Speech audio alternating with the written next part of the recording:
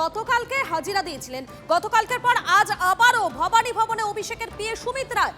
চাকরি দুর্নীতি জমি কেলেঙ্কারি মামলায় সুমিতকে আজও জিজ্ঞাসাবাদ করবেন সিআইডির আধিকারিকেরা। সুমিতের গতকালকের জবাবে সন্তুষ্ট নয় সিআইডি খবর সূত্রের, এবং যে কারণে আজ আবার তাকে হাজিরা দেওয়ার কথা বলা হয়েছে। আপনারা দেখতে পাচ্ছেন এই মুহূর্তে সেই ছবি দেখাচ্ছি। গতকালকে তিনি হাজিরা দিয়েছিলেন ভবানী ভবন। একেবারে ম্যারাথন জিজ্ঞাসাবাদের মুখোমুখি তাকে হতে হয়।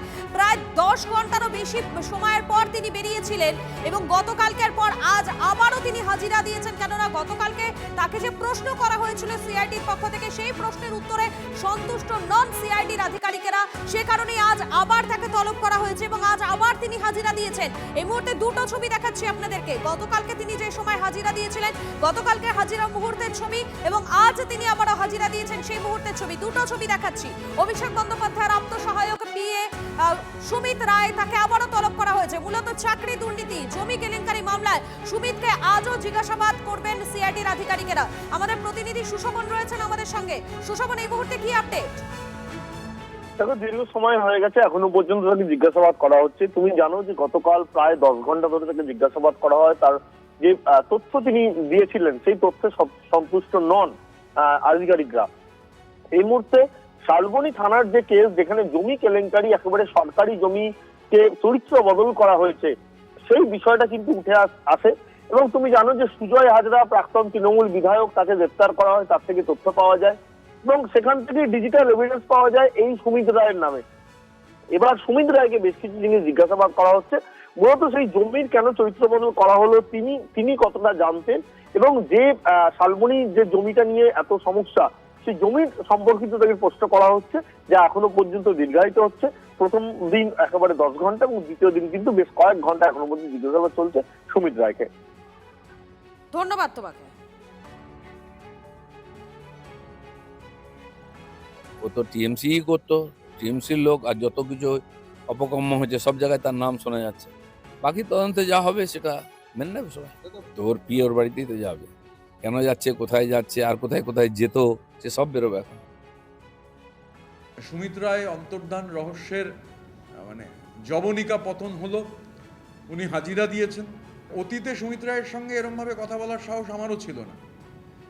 লাস্ট যে ফোনটা 4 মে পরবর্তী সময়ে ফোন করে বলল যে বস ফোন করতে বলেছে। আমি তখন বলেছিলাম কোন বস? Hugo boss. তো সুমিত রায় চার্টার্ড মাফিয়ার ম্যান ফ্রাইডে।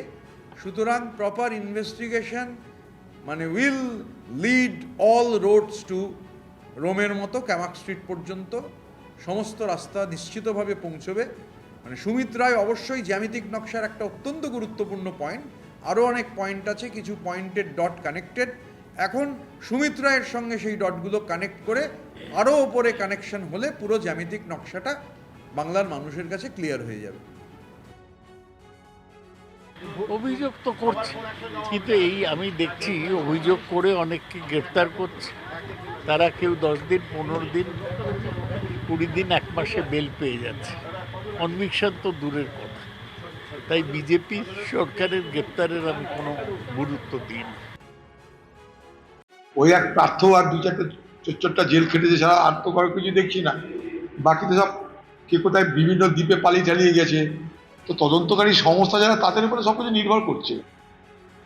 সবকিছু নির্ভর করছে তদন্তকারী সংস্থার উপরে। কোর্ট, মহামান্য আদালত, সে মানুষ দেখে বিচার করে না, সে কাগজ দেখে, সাক্ষী দেখে, তথ্য দেখে, প্রমাণ দেখে বিচার করে। তা মহামান্য আদালতের কাছে যে ধরনের তথ্য, প্রমাণ, কাগজ জমা পড়বে, তার উপরেই বিচার হবে। বাকি লাফালাফি হতে পারে, কিন্তু কাজের কাজ কিছু হবে বলে মনে করি না। যে কদিন এই সুমিত রায় আদালত থেকে ইমিউনিটি পাচ্ছিল না, সে কদিন পর্যন্ত পুলিশও খুঁজে পাচ্ছিল না। আর যেই সুপ্রিম কোর্ট থেকে অর্ডার নিয়ে চলে আসলো যে একে আপাতত গ্রেপ্তার করা যাবে না, অমনি পুলিশ খুঁজে পেয়ে গেল, সে নিজেই গিয়ে হাজির হয়ে গেল। সুতরাং এগুলো কি হচ্ছে, কেন হচ্ছে, দেখুন আমরা সবাই বুঝতে পারছি। ল অ্যান্ড অর্ডার বিজেপির হাতে, কেন্দ্রের সরকার বিজেপির, রাজ্য সরকার বিজেপির। এখন মমতা বন্দ্যোপাধ্যায় ছোট ভাইপোর অ্যারেস্ট দেখিয়ে সেন্টিমেন্ট কাজে লাগিয়ে ভোটে জেতারও আর সম্ভাবনা নেই, আর পশ্চিমবাংলার ল অ্যান্ড অর্ডার নিষ্ক্রিয় করে রেখে বিজেপির ওপর অত্যাচার করারও আর সম্ভাবনা নেই। এরপরও কেন সুমিত রায়রা গ্রেপ্তার হবে না, এরপরও কেন অভিষেক ব্যানার্জিরা গ্রেপ্তার হবে না? আর কোন অজুহাত, আর কোন বাহানা আমাদেরকে শুনতে হবে?